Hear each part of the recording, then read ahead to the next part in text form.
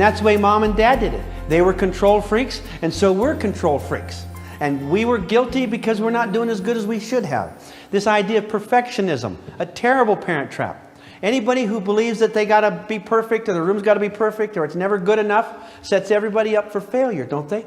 Nobody can be perfect. They are stuck in their old parent traps. They feel desperate and justified. Well, we've got to do it now. We've been rescuing all this time, and little Sadie is so incompetent that we can't stop rescuing now, or everything will go down the toilet, right? So we got to stay with it. We get hooked into it. The traps seem to work for a while. Rage and anger work. Get in there, you clean your bedroom. I'm going to kill you, you little idiot. Ah! And the little kid runs down the hall. Oh, daddy's home, daddy's home. Does rage and anger work? Does it seem to work? Intimidation, bribery, screaming, hollering, knocking somebody in the head. It works. It apparently does. So it's reinforcing, isn't it? Then they grow up. My 3 boys come back. They're all bigger than me. And they stand there, and they one on this side, and one on this side, and one right in my face, and they just pick me up off the ground. Daddy, you remember when you used to spank us? Oh, no. Remember when I took you to Disneyland, you know? The time comes when force and coercion doesn't work. Any government or institution built up on force and coercion can only be maintained by force and coercion. Do you believe that? And that's it. Don't build your home on that. It'll fall to pieces. All right, let's look at another deadly trap. How many of you lie to your kids? Be truthful with me. Do you lie to your kids? They're pointing to his wife. Okay. Well, she does, doesn't she? And you know what I'm talking about. All right, what is a lie? You can lie about the past, you can lie about the present, you can lie about the future. If I say something did happen and it really didn't happen, what is it, people? It's a what? It's a dirty, rotten lie, isn't it? And if I say something is so and it is not, it's a dirty, rotten what? Now, you know where I'm going with this. If I say something is going to happen and it doesn't, it's a dirty, rotten what? Now, how many lie to their kids? Let's see the hands. Still pointing to your wife? Okay, that's all right. Pointing to the husband. All right. You're working on it. All right. We're trying, aren't we? But we have power out of what comes out of our mouth. Isn't that true? No. Nobody has, yes. Nobody has power over what comes out of your mouth. You have. And if you say something's going to happen and it doesn't, you're a liar. Now, let me tell you about this little kid named Gwendolyn. Now, Gwendolyn is a 3-year-old. And she's in a restaurant in the next booth while you're having dinner. And you hear the mother say something like this. Gwendolyn, you eat your dinner. You eat all your dinner, young lady, or you will not eat dessert. Do you hear me? Look at me. Look at me. No. And she stirs her potatoes with her finger. And Dad gets into it. Dad's upset too. You little stink. You eat that. That costs $7 and you're going to eat it. I'm going to tell you, you're going to eat it. We'll stay here right in this booth until you're 18. And you will eat it. And you'll have it for breakfast and lunch every day of your life until you eat it. And they start telling about all these poor people in China. They're starving to death. You know, the kid says, well, give it to them. Anyway, Gwendolyn, you're not going to get dessert. No, I mean it this time. Do you hear me? No. And time goes on. Time's in whose favor? Gwendolyn. She can sit there forever. The folks got to go home. He's got to go to work the next morning. So Dad says, you eat it. I'm warning you. I'll take you outside and break both your legs. Do you understand me? Is she scared? Does she think she's going to get creamed in a restaurant? Do kids sense this already? And pretty soon, Mother's breaking in half. Gwendolyn, sweetheart, I love you. Please eat your vegetables. If you don't eat your vegetables, honey, you'll grow up and be ugly like Daddy. Is that what you want? And Mother's pretty soon on her back. Well, sweetheart, you can have dessert if you just eat this one little pea. This is the teeniest pea on the whole plate and a sip of milk, and you can have dessert. No! Doesn't that sound like a good deal? Why didn't she do it? She knows she can get a better deal. And the waitress comes, are you people finished? Mama says, take it away. Question, does Gwendolyn get dessert, yes or no? Absolutely. And she even ate Dad's dessert in this story. Gwendolyn runs the house. A 200-pound dad and a little 3-year-old girl. Who's running the house? Gwendolyn. Can you make a kid eat mashed potatoes? Try it sometimes when they're absolutely not going to do it. It is a messy job. Now, when Mother allowed the child to have a dessert and not having eaten her dinner, Mother and Dad became a big what? A liar. A liar. Liar, liar, pants on fire. Remember? Are you a liar if you say something like that and you don't follow through? Are you a liar? Yes or no? Now, let's look at Susie. She's another one. She's 16 years old. And since she was 12, she has never cleaned her bedroom. It is a fright. And she comes in and says, Mom, I want to go with the good kids to the park down here and whatever the fun park is in the area here. All right, I want to go do that. Can I go with them? And Mother says this. You can go, sweetheart, if you clean your bedroom. There's critters in there. We got dishes that disappeared in there. We haven't seen your carpet in years. If you will clean your bedroom, yes, you may go. If you don't clean your bedroom, you may not go. Is it a conditional contract out there hung out? You bet. Now, Mother has been to the parenting class, and she's not going to nag, because nagging is a parent trap. Look, you call it reminding, supporting, helping, suggesting. What do they call it? Nagging. You've already read the book. It's nagging. Did you ever have a kid say, oh, thank you. Thanks for reminding me to make my bed. I'd forgotten. Do they do that in your house? Not on this planet. They don't do that. I'll remember. They think they know everything. At 16, they're actually bulletproof. Didn't you know that? Nothing's going to happen to them. And so Susie doesn't want to be reminded. Monday goes by. Tuesday goes by. Wednesday goes by. But Mother's anxiety starts to build, right? Because she wants her to go on this activity. Now, don't do this, mothers. We see through this. Walk down the hall like you're just talking to yourself. If somebody had something they had to do Saturday, and they had something that they had to do first, do you get it? That's still nagging, isn't it? You tell them one time, or don't tell them at all. If they know their beds are supposed to be made, don't tell them. Don't tell them. Don't nag them. They do not appreciate it. Did you ever have anybody say thank you for nagging? Never. And you never will. And every time you nag, you're insulting that child. And basically you're saying you're such an idiot that I have to remind you all the time. You can't remember 15 seconds. So I have to remind you. Now what happens, Mother's anxiety starts to build. Doesn't it? Because she hasn't nagged for 3 days. And she's got to get her fix. Is that right? And lower her anxiety. Get that needle in. And finally nag. And then she feels okay for a while. Till the anxiety builds up again. Then she's got to nag. Is that true? It's a great fix. Some people take a beer, okay, or a bottle of booze or something. Mama just nags to vent. Is that okay? Now, but she doesn't say anything. Tuesday goes by, Wednesday, Thursday, Friday. Now Mama's not saying nothing, and she knows she'll never get that room cleaned. It's a day and a half's work. And now Saturday, she's sleeping in. And guess what? The kids are honking out there. Honk, honk, honk.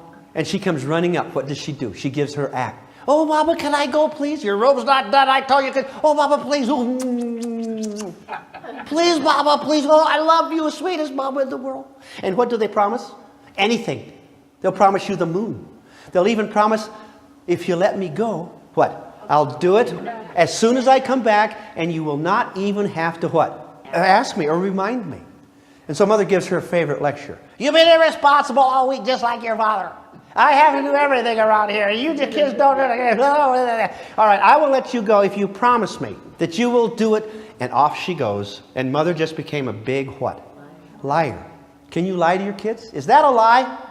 You're not going unless you do your room. And now they go. You see, they know. And when Mother allows that to happen, Mother is reinforcing that child's irresponsibility, her procrastination, and her refusal to accept responsibility for her life and her stuff. Is that true? She comes running up to Mother and makes a deal. My word doesn't mean anything. Just come make a deal. I'm Monty Hall. Just come make a deal. My word means absolutely nothing. And the child believes it. And the child now is rewarded for being irresponsible. Can you reward a child for being irresponsible? The child was irresponsible. Mother rewards her. You are training the child to be irresponsible. You're rewarding her for being irresponsible. And you're lying. That's a bad combination, isn't it? And then we say, well, how come the kids act like this? Because that's the way they've learned to act in that home. Because they've adapted to the rules in that home. How many are not going to lie anymore? Can you do it? Can you tell the truth? All the time? All the time. From now on. Watch what you say and make sure it's always the truth. When you tell them no, it means no. If they know that you lie and you say no, you open up a whole Pandora's box for arguing and negotiating. Did you understand? When Mom and Dad say no, they know it will never change. So don't say it hastily or in error. Say the truth. Is that okay? Can you stop lying? Yes, you can. If you make up your mind, you can stop lying. You can stop using all those words. I tell you, you stop talking and start acting. How many of you argue with your kids? Isn't that neat? It is so fun. Is arguing another attempt to control? Is blaming an attempt to control? Is criticizing an attempt to control? Oh yes, all good parent traps. Now let's look at this one. Why do kids argue? To win the argument. Can they say, it's not my turn, I did them yesterday. How come I have to do everything around here? How come you don't have Susie, your little pet, do something once in a while? Well, you're not fair. You hear stuff like this? Can they talk you out of it sometimes? Yeah. Yes, and they know if they argue, sometimes they will just argue. They know they're going to have to do it, but they're going to argue to make you mad. They're going to argue to make you pay a price. They're going to argue, but they're going to exact their pound of flesh. They're going to make it tough on you because you're making them work. Anybody know kids like this? Sometimes they'll argue with you and make it so tough for you that you finally just say, stop it. Go. Get out of here. I'll do it myself. It's easier to do it myself than to ask you bums to do this. It's easier to do it myself. At least I'll have some peace. Go. So the kid's walking down the street, didn't have to do it. Wow, that worked. And what did he learn? Torment mother, make her miserable, and you can get what you want. Isn't that the message you want to give your children? Right? Exactly the message you want them to give them. They make your life miserable and you reward them. Oh, ho, ho. What a wonderful principle to teach. You want to get what you want in life? Make other people miserable. Punish them. Torment them. And you reward them for it. Oh, great.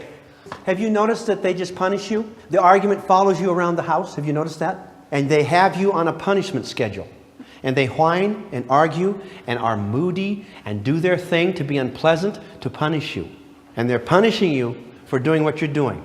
And the only time they'll relent on the punishment is when you finally conform to what they want you to do. All right. Why are parents arguers? Why do parents argue? Let's look at some of the reasons. This is a little true and false test, okay? These are the reasons parents argue. You answer the questions. Kids see and admit their errors. True or false? False. Did you ever have a kid after you've been arguing with them for a half hour and yelling back and forth? The kid says, da, da, da, da, da, da, and all of a sudden the kid says, wait a minute, Dad, I see it. Go over that again. You're right. I'm wrong. What a moron I am. Yeah, you're right. Yes. Do they ever do that? No. 1 second into an argument, it's not about facts. It's about pride and power and who's going to win. Is that true? It's not about what's true. It's about power. All right. Let's see if the next one's good. They're impressed by your superior logic. Can you believe that? They're impressed by your logic. Can't you imagine your son at school gathering his friends around him? Guys, my dad explained it to me. You all got to hear this. I didn't realize that we're not taking full advantage of our educational opportunities. My dad is so smart. I'm really working now, guys. I'm really in there studying, man. I'm hanging in there. I'm really doing it now. Thank heavens Dad explained it to me. He is so smart. Is this the way the kids think about your advice and counsel? No.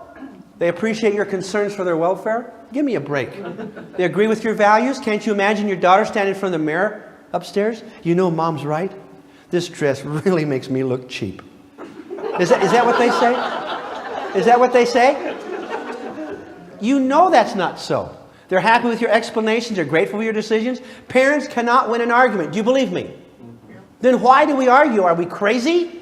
Here's the score. Kids 98, parents nothing. We never win an argument. And these are the reasons why that you will never win an argument. And an argument is a control battle, and you can't win a control battle. There are no reasons for a parent to argue.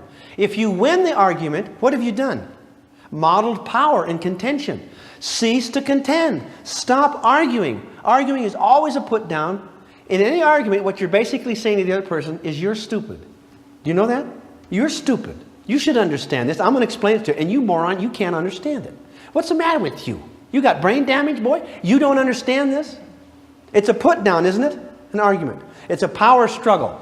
If you win, all you've done is modeled contention and said, when you can argue as good as me, then you can win. I've had a gal come in, the little girl argues and the mother argues better. Then the little girl argues better. And now these people hate each other. And they come in here and fix this kid. And this lady says, this kid argues and disagrees with everything I say. And the girl says, no, I don't. Anyway, if you win, you lose. And if you lose, you lose. If the kids cannot argue you and just scream louder and longer till you can't stand it, you better get out of town because the kids are taking over the asylum. Is that true? So you'd better go. Because there's no way. If you win, you lose. And if you lose, you lose. So only a moron would go into a battle like that, where there's absolutely no chance of winning. You lose. So this is what we might suggest.